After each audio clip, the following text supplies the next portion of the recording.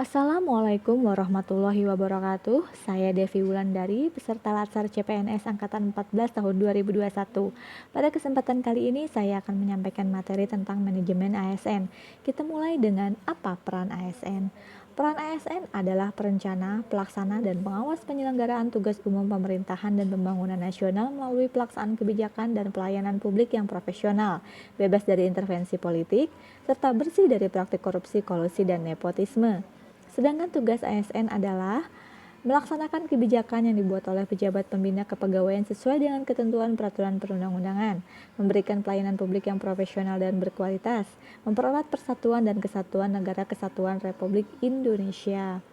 Kemudian, kewajiban pegawai ASN, setia pada dan taat pada Pancasila, Undang-Undang Dasar 1945, NKRI dan pemerintah yang sah, menjaga persatuan dan kesatuan bangsa, melaksanakan kebijakan yang dirumuskan pejabat pemerintah yang berwenang, menaati ketentuan peraturan perundang-undangan, melaksanakan tugas kedinasan dengan penuh pengabdian, kejujuran, kesadaran, dan tanggung jawab, menunjukkan integritas dan keteladanan dalam sikap, perilaku, ucapan, dan tindakan kepada setiap orang, baik dalam maupun di luar kedinasan, menyimpan rahasia jabatan dan hanya dapat mengemukakan rahasia jabatan sesuai dengan ketentuan peraturan perundang-undangan dan bersedia ditempatkan di seluruh wilayah negara kesatuan Republik Indonesia.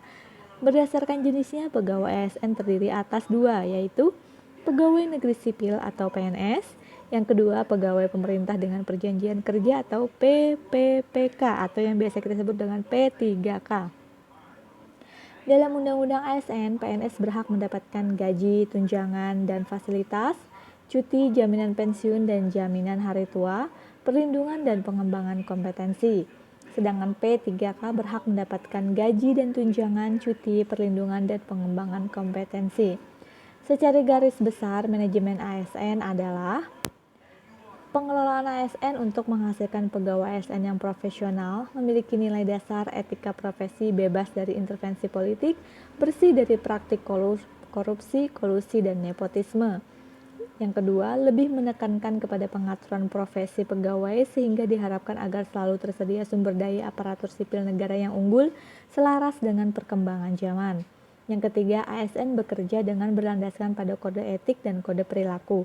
Kode etik dan kode perilaku ASN yang diatur dalam Undang-Undang ASN menjadi acuan bagi para ASN dalam penyelenggaraan birokrasi pemerintah dan bertujuan untuk menjaga martabat dan kehormatan ASN. Konsep merit dalam pengelolaan ASN. Sistem merit adalah kebijakan dan manajemen ASN yang berdasarkan pada kualifikasi, kompetensi, dan kinerja secara adil dan wajar dengan tanpa membedakan latar belakang politik, ras, warna kulit, agama, asal-usul, jenis kelamin, status pernikahan, umur, atau kondisi kecacatan. Melalui sistem merit, ASN akan mendapatkan bentuk reward dan punishment sebagai dampak dari produktivitas kerjanya dan diharapkan mampu memenuhi aspek equity di kalangan ASN. Sistem merit menjadi prinsip utama dalam Undang-Undang ASN, bahkan Undang-Undang ini juga menyediakan aturan kelembagaan untuk menjamin keberlangsungan sistem merit dalam pengelolaan ASN.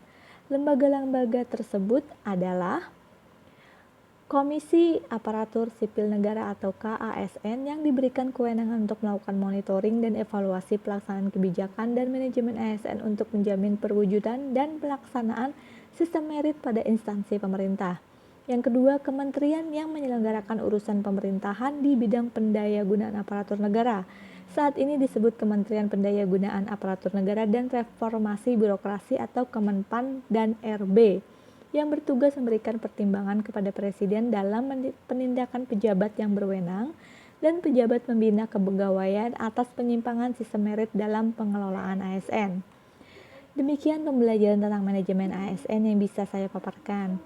Sekian dan terima kasih, dan jangan lupa kalian subscribe dan like channel saya. Terima kasih.